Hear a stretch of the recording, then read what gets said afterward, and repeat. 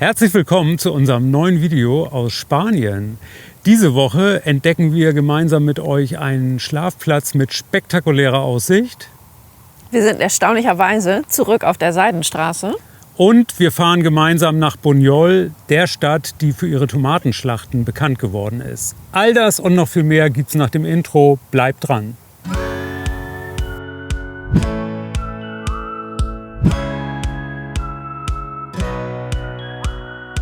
Wir sind Petra und Christoph aus Hamburg. Ein Jahr verbringen wir auf kleinstem Raum mit größtmöglicher Freiheit in unserem Pössl-Kastenwagen. Unser Weg führt uns über den Balkan, durch den Kaukasus und die zentralasiatischen Staaten entlang der Seidenstraße. Auf dieser Midlife-Reise füllen wir weiße Flecken auf unserer persönlichen Landkarte. Filling White Spots eben.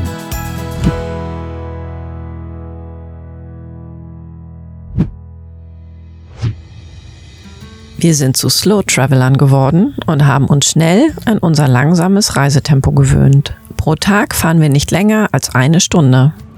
Die Region Kastilien-La Mancha und auch Valencia bieten jedoch so viel Abwechslung, dass man dennoch immer neue, spektakuläre Ziele entdeckt. Jorquera zum Beispiel. Dieser Ort im Osten der Provinz Albacete hat 350 Einwohner und eine atemberaubende Lage hoch über dem Fluss Júcar.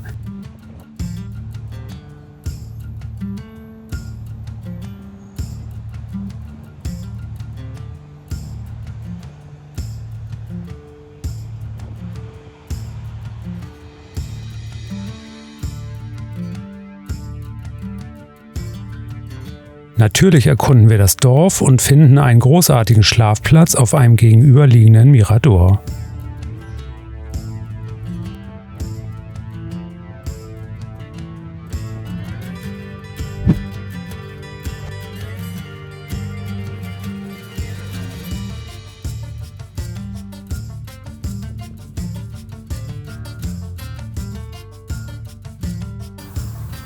Wir stehen hier an der Grenze zwischen Kastilien-La Mancha und zur Region Valencia. Wir haben letzte Nacht in Jorquera übernachtet. Wunderbarer kleiner Ort, direkt am Flusslauf, der dort durch den Kalkstein meandert. Wunderbarer Ausblick. Wir haben an einem Mirador übernachtet. Große Herausforderung war für uns, dass gestern ein extremer Sturm herrschte.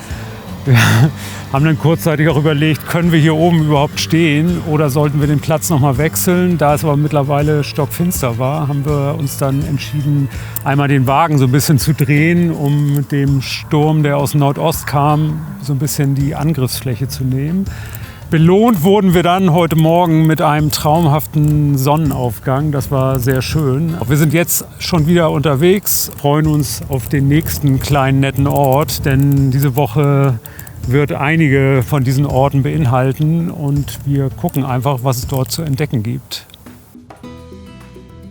Für einen knapp 3-stündigen Besuch machen wir Halt in Villa de Ayora. Hier gehen wir auf den Strich. Die Gemeinde hat nämlich eine kleine Stadtwanderung entlang verschiedener Sehenswürdigkeiten zusammengestellt und diese mit einer roten Linie markiert. Wie praktisch.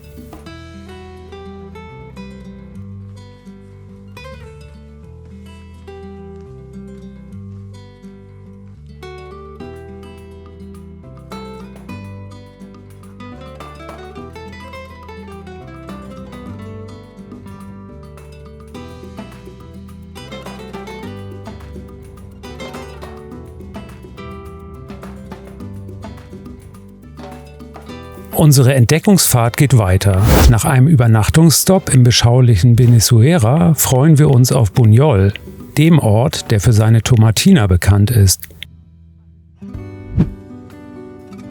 Diese Tomatenschlacht basiert auf einem Streit zwischen Jugendlichen im Jahr 1945 und wird seit damals jährlich im August gefeiert. Gut, dass wir im März gekommen sind.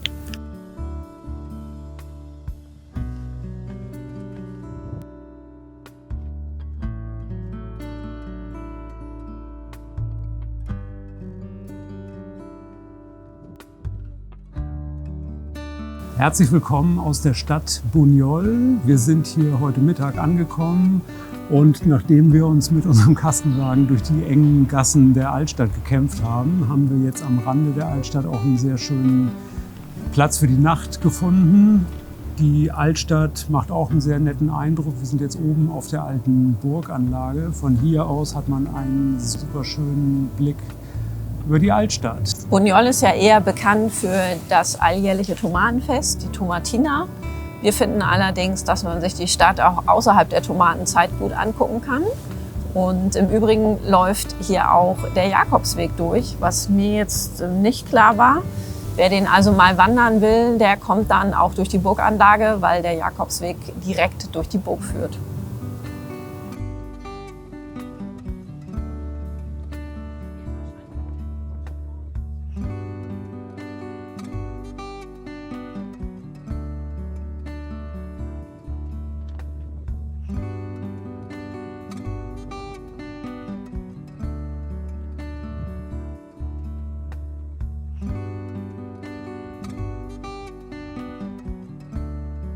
Buñol hat knapp unter 10.000 Einwohnerinnen und Einwohner und gehört zur Provinz Valencia. Im historischen Viertel der Stadt entdecken wir viele wunderschöne Häuser, deren unterschiedliche Fassaden mit hübschen Details verziert sind.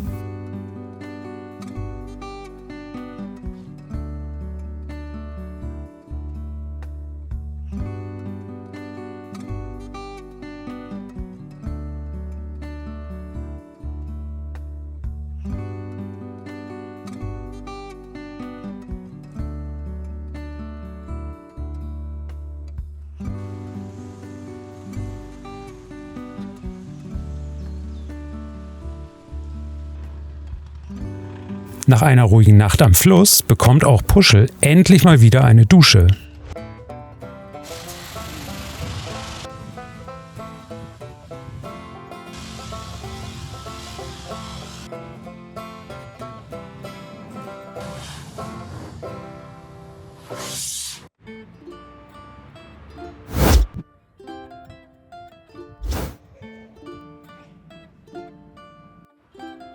Nächste Station, der Ort Requena. Stundenlang laufen wir durch die wunderschöne Altstadt und entdecken plötzlich, dass wir irgendwie wieder auf unserer Route sind, der Seidenstraße. Wir sind in Requena angekommen und stehen hier vor der Casa del Arte Mayor de la Seda und sind damit auf einen Punkt gestoßen, der Verbindung hat zur Seidenstraße. Denn, so haben wir gerade gelernt, Requena gehört zu einem von 4 Orten in Spanien, in denen Seide verarbeitet wurde. Und wer schon mit uns in Valencia war, an der Loña de la Seda, der weiß, dass es eine direkte Verbindung gibt zur Seidenstraße und damit auch zu unserer Reise, die ja gestartet ist vor fast einem Jahr, um entlang der Seidenstraße zu fahren. Wir haben jetzt mal gerade gegoogelt und wissen mittlerweile, dass in Valencia Seide verarbeitet wurde, hier in Requena, offensichtlich noch in Saragossa und in Toledo. Uns war das neu und wir finden das sehr spannend.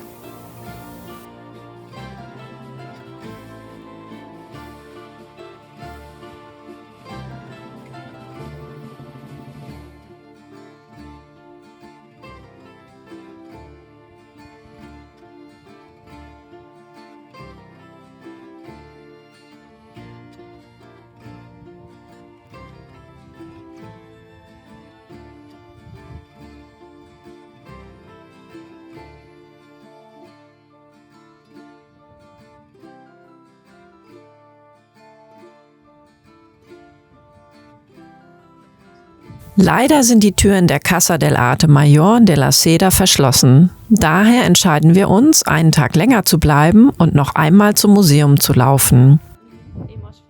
Ein kurzer Anruf genügt und 20 Minuten später öffnet man uns das Museum. Das privat finanzierte, liebevoll eingerichtete Haus bietet einen Einblick in das Leben der früheren Zeit und selbstverständlich viele Informationen und Details zum Thema Seidenverarbeitung in Requena.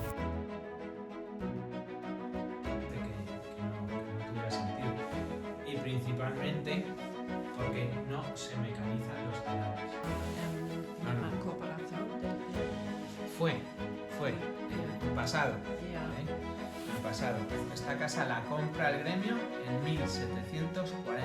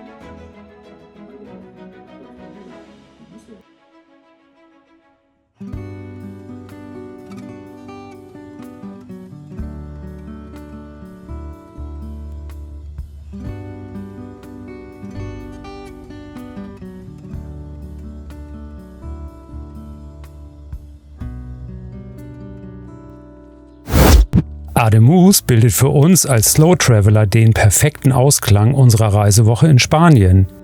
Hier scheint ein bisschen die Zeit stehen geblieben zu sein. Herrlich.